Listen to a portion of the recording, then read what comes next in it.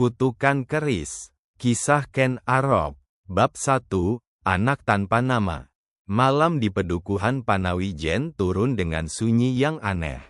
Angin sepoi membawa suara gamelan samar dari kejauhan, entah perayaan, entah pemakaman. Di sebuah gubuk tua di pinggir hutan, seorang perempuan muda berselimut kain lusuh duduk menahan nyeri. Ia melahirkan dalam kesepian. Nama perempuan itu Ken Endok. Ia bukan siapa-siapa, hanya seorang perempuan desa yang jatuh cinta pada lelaki salah. Lelaki yang menjanjikan cinta, tapi menghilang saat benih kehidupan tumbuh dalam rahimnya. Masyarakat mencibir, menyebutnya pembawa malu, dan bahkan ibunya sendiri mengusirnya keluar dari rumah. Tangisan bayi lelaki memecah malam. Ken Endok menatapnya, tak sanggup tersenyum.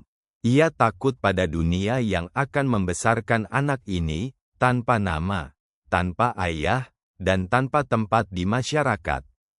Namun jauh di lubuk hatinya, ada rasa yang tak bisa ia pahami, campuran cinta, takut, dan firasat buruk.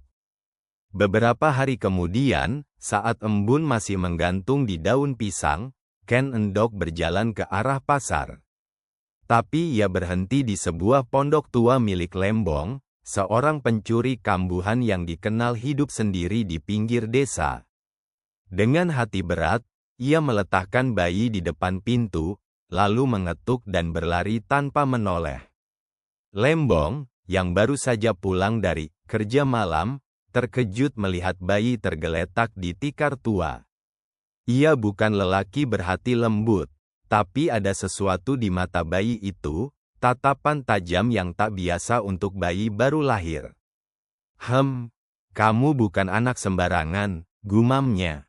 Ia mengangkat bayi itu dan memberi nama, Arok, tanpa tahu maknanya. Arok tumbuh dalam dunia bayangan.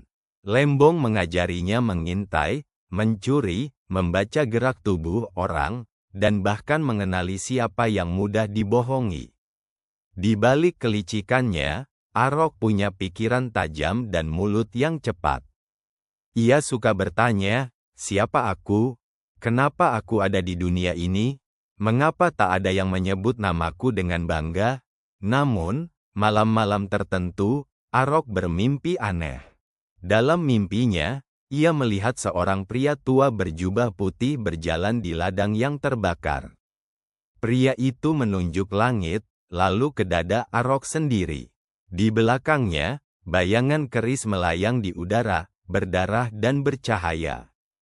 Engkau adalah titisan yang tak pernah diminta, tapi telah ditulis, kata suara itu dalam mimpi. Suatu sore, Arok dikejar warga karena mencuri hasil bumi. Ia berlari ke hutan dan bersembunyi di bawah pohon beringin tua. Di sana, ia bertemu seseorang yang kelak mengubah hidupnya, Resi Loh Gawe. Mata sang Resi menatap Arok dalam-dalam. Arok, katanya lirih, engkau bukan milik dunia bawah.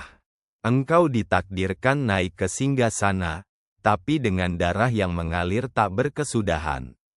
Arok tak paham. Tapi untuk pertama kalinya, ia merasa bahwa ia bukan hanya seorang anak tanpa nama. Mungkin, ia adalah seseorang, atau sesuatu yang lebih besar.